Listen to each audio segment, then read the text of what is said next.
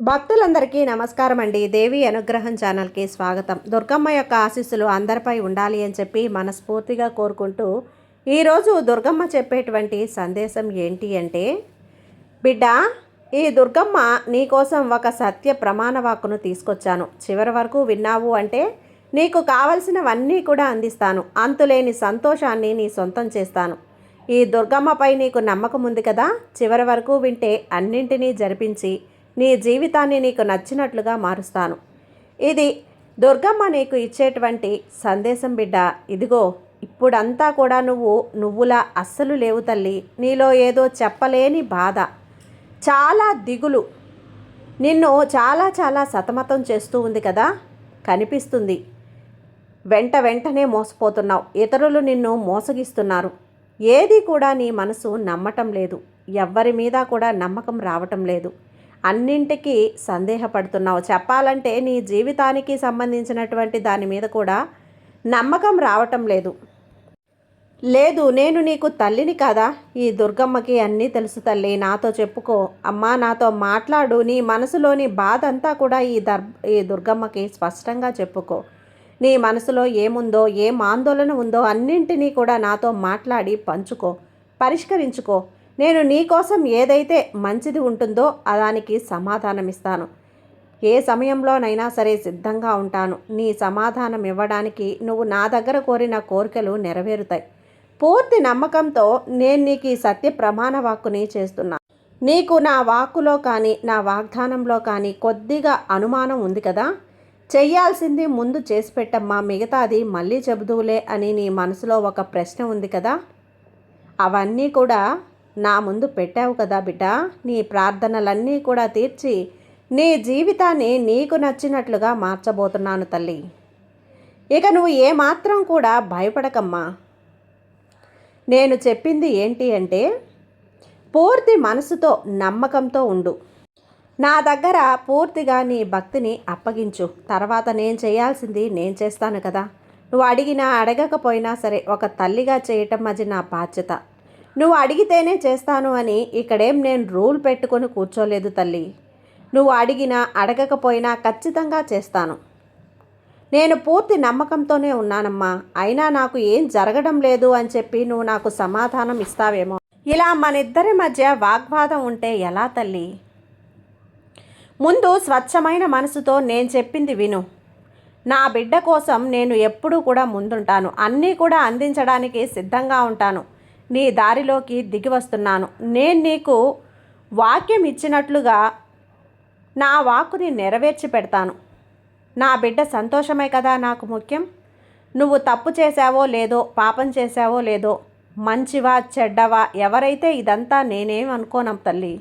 ఎవరైతే ఈ దుర్గమ్మ నామాన్ని పలుకుతారో, నన్ను స్మరిస్తారో, ఈ తల్లిపై పూర్తి నమ్మకం ఉంచుతారో, ఈ దుర్గమ్మ మీద ఎవరైతే భక్తిగా ఉండి నా శరణు కోసం, నా పాదాల వద్ద ఆశీర్వాదం కోసం ఎదురు చూస్తూ ఉంటారో, వాళ్ళకి ఎప్పుడూ కూడా ఒక తల్లిలా నేను స్వీకరించి వాళ్ళ సమస్యనే కాదు వాళ్ళ జీవితాన్ని కూడా బాగుపరుస్తాను. నీ దగ్గర ఉన్న వ్యతిరేకత అంతా కూడా కడిగి పడేస్తాను. నిన్ను పరిశుద్ధం చేస్తాను. నా బిడ్డగా భావిస్తాను. నా బిడ్డవైన నీకు ఏది అందకుండా చేసే ఎలాంటి చెడునైనా సరే తరిమి కొడతాను.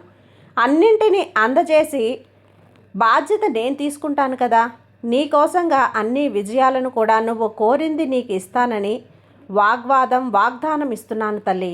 నీకు నేనిచ్చిన వాక్కు నిలబెట్టేందుకు అందుకైన పనులను కూడా ఆరంభించేశాను. ఇక నువ్వు చేయాల్సింది ఏంటి అంటే భక్తితో ఉండటం, నమ్మకంతో ఉండటమే. నీ పని నువ్వు చేయటం. నువ్వు నన్ను కొన్నిసార్లు గమనించడం లేదు. ఎందుకు? నీలో నువ్వే బాధపడుతూ ఉన్నావు.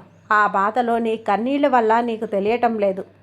ఉదాహరణకి చెప్పనా, నీళ్లు కలపకుండా ఉన్నప్పుడు అందులో ఉన్న మలినాలు కూడా కదలకుండా అడుగున పడిపోతాయి.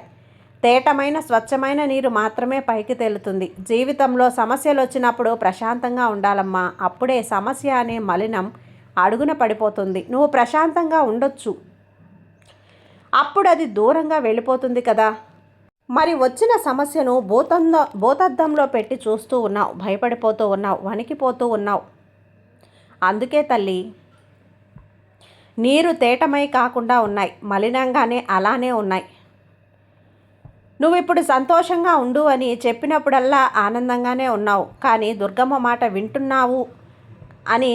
కానీ ఎంత నీ చుట్టూ బాధలు వలవేసి ఉన్నా సరే, ఎన్నో కష్టాలు వచ్చినా సరే కన్నీళ్లు దిబ్బమింగుకొని ఉన్నావు కదా. అన్నీ చూస్తున్నానమ్మా. కాలం నీ గాయానికి మందు ఇవ్వబోతోంది. తప్పకుండా నీకు మంచి చేస్తుంది. నీ కష్టాన్ని తుడిచివేస్తుంది. కొద్ది కాలం ఈ కష్టాన్ని తట్టుకో చాలు. కాలం చాలా శక్తివంతమైంది కదా, ఖచ్చితంగా బదులిస్తుంది. అన్నింటికీ కూడా నీ కష్టాన్ని కనిపించనీయకుండా చేస్తుంది. ఇప్పుడంతా నీ మనసు పడే పోరాటం నాకు బాగా అర్థమవుతుంది బిడ్డ. ఎంత నా మాటల్లో నువ్వు అర్హులుగా నెమ్మదిగా ప్రశాంతంగా ఉన్నా సరే, నీ మనసు ఏదో కోల్పోయినట్లు ఉంది కదా. అంతగా నువ్వు ఎదురు చూసి చూసి విరక్తి చెందావు. కాబట్టి ఇకపై ఈ దుర్గమ్మ నీ పనులు చేయటం చూస్తావు.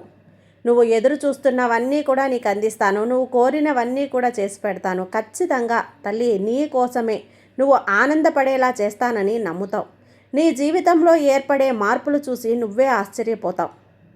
ఎక్కడ నా బిడ్డలు, ఎక్కడ నా భక్తులు నన్ను సంపూర్ణంగా పూజించి, ఎక్కడైతే నాకు దీపం వెలిగించి హారతి పట్టి ధూపాన్ని వేస్తారో నేను అక్కడే కొలువై ఉంటానమ్మా. ఈ దుర్గమ్మకి సాంబ్రాణి ధూపం అంటే చాలా ఇష్టమని తెలుసు కదా. సాంబ్రాణి ధూపం వేసి మనసారా నా నామాన్ని పలికినప్పుడు ఖచ్చితంగా ఇక్కడ కొలువై ఉంటాను. స్మరిస్తూ ఉండు చాలు. నీకు అండగా ఉంటాను. నన్ను స్మరిస్తే అప్పుడు నిన్ను చూసి నీ ముందు నేనుంటాను. ఎన్నో రోజులు నీకు తెలియకుండానే కన్నీరు పెట్టావు కదా. ఇక ఆ కన్నీరుని తుడిచిపెట్టి నీ మనసుకి ఆరుదలను కలిగిస్తాను. నీ దిగులంతా వచ్చి తుడిచేస్తాను. ఏది ఏమైనా సరే అన్నీ కూడా నీకు ఈరోజు అనుకూలంగా జరిగేలా కాలాన్ని ఏర్పరుస్తున్నాను. కృతజ్ఞతలు. అమ్మని నువ్వే నా ముందుకు వస్తావు. తల్లి నీ దయ నాకు చాలమ్మా. తల్లి నువ్వే అని నువ్వే చెప్తావు. ఈ సత్య ప్రమాణ వాక్కు నీకు ఇస్తున్నాను కదా, జరుగుతుంది. ఈ దుర్గమ్మ వాక్కు నెరవేరుతుంది. నువ్వు కోరింది నీ చేతిలో పెడతాను. ఏదైనా సరే నా దగ్గర ప్రార్థన పెట్టి తర్వాత నెరవేరకుండా ఉంటుందా చెప్పు.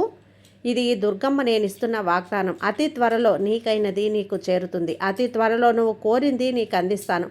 ఇక్కడ ఏది కూడా అతిగా ఆలోచించడానికి ఏమీ లేదమ్మా. అన్నింటినీ నీ కోసం సరిచేస్తాను. ఈ దుర్గమ్మ నీకు తోడుగా ఉన్నంతకాలం నీకు ఏది కూడా సాధ్యం కాదు అనేదే ఇక ఉండదు. నిశ్చింతగా ఉండు. ఈ దుర్గమ్మ ఆశీస్సులు ఎప్పుడూ నువ్వు నీ జీవితంలో కొన్ని మార్పులు తీసుకువస్తాయి. నువ్వు అడిగావు కదా, వాటికి ఇప్పుడు సమయం వచ్చేసింది. ఆ మార్పులన్నీ నీ జీవితంలో ఒక్కొక్కటిగా జరిగి అద్భుతాలుగా మారుస్తాను. అన్నింటినీ చూసి నీకు నువ్వే ఆశ్చర్యపడేలా చేస్తాను. నీ కోసం చివరిగా ఒకటి చెబుతున్నాను. శరీరం ఎంత చలిస్తే అంత ఆరోగ్యంగా ఉంటావు. అలానే నీ మనసు ఎంత స్థిరంగా ఉంటే అంత ఆనందంగా ఉంటావని గుర్తుపెట్టుకో. జీవితం ఒక తరం పాటే ఉంటుంది తల్లి. ఖచ్చితంగా చిరకాలంగా ఉంటుందమ్మా. ఆ మంచి పేరుని నువ్వు ఖచ్చితంగా సంపాదించుకో. ఆ పేరు అనేది ఎలా వస్తుంది? నీ ప్రవర్తన ద్వారా, నీ మాట ద్వారా, నువ్వు మాట్లాడే విధానం ద్వారా నీ విలువ పెరుగుతుంది. జీవితంలో విలువ లేకపోతే ఆ మనిషికి అర్థమే లేదమ్మా. అందుకే చెప్తున్నాను, నీ విలువను పెంచేలా, నీ జీవితం అద్భుతంగా ఉండేలా, జీవితాన్ని అద్భుతంగా మార్చే బాధ్యత నాది. ఇక నిశ్చింతగా ఉండు. ఈ దుర్గమ్మే నీకు తోడు ఉంది కదా. ఇక నువ్వు ఎలాంటి భయం, బాధ ఏవి కూడా పెట్టుకోకు. ప్రశాంతంగా ఉండు. అన్నీ అమ్మవారే చూసుకుంటుంది. ఈరోజు ఈ సందేశాన్ని నీ కోసమే తీసుకొచ్చాను. ఈ దుర్గమ్మ పంపిన ఈ మంచి సందేశాన్ని నువ్వు విని ఆనందిస్తావని ఈ దుర్గమ్మ మనశ్శాంతిగా ప్రశాంతంగా ఉండబోతుంది. నువ్వు కూడా నీ జీవితంలో ప్రశాంతంగా ఉండు తల్లి. అన్నిటికీ మించిన సమాధానం మనసుని ప్రశాంతంగా ఉంచుకో. అప్పుడే నీ జీవితం చాలా ఆనందంగా ఉంటుంది, సంతోషంగా ఉంటుంది. సర్వేజన సుఖినో భవంతు. జై దుర్గమ్మ.